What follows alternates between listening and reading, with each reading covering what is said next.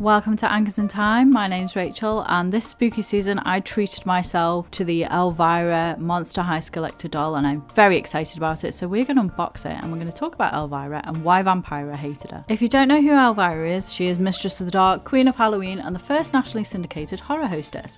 However, the title of first horror hostess belongs to a character called Vampira, who was created in 1953 by an actress called Mela Normie, and she was influenced by the cartoons of Charles Addams to create this character called Glamagul, and she would play this character at Halloween events, and she was spotted by a producer for KABC TV called Hunt Stromberg Jr., who wanted to create a show based around this character. They created the Vampira show. Now Vampira would come out and she would be in character and she would scream and she would tell jokes and she would introduce the movie of the week, and it was incredibly popular. And when the parent company ABC wanted to syndicate this, they wanted to do that by buying the character in its entirety from Normie, who was very protective of this character, and she said, no, this is my character, my personality, you can't have it. The show was cancelled. In the 1980s, another LA-based TV studio called KHG TV had a number of years' success with a weekend movie marathon special called Fright Night, who had a horror host called Sinister Seymour, played by Larry Vincent, who would come out and do the same thing. He would introduce the movies, he would interrupt them.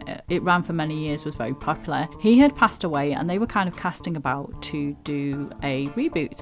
So they approached Normie about bringing back the Vampira show. Now initially she was on board, but again she's very protective of this character. It's her baby and her creation, and she wanted more control over what they were doing, and the studio didn't like that. They said no, there was creative differences, and she left the project. In comes Cassandra Petersons after an open casting call. She plays this very high camp valley girl 80s-esque gothic character, and they loved it. And initially she wanted her image to be like a red-headed Sharon Tate and Vampire Killers character. The studio wanted something a bit more classic, so she went off with her friend Robert Redding. They cast about for some influences, and they came up with Elvira, who, like Vampira and like Morticia, had long black hair and a long black dress, but it was a very high camp 80s-esque version of this character. Normie got wind of this, and she believed that her intellectual property was being stolen by Elvira and by the studio, and she said several cease and desist. The studio was like, no, we're not doing that. It's influence but not the same.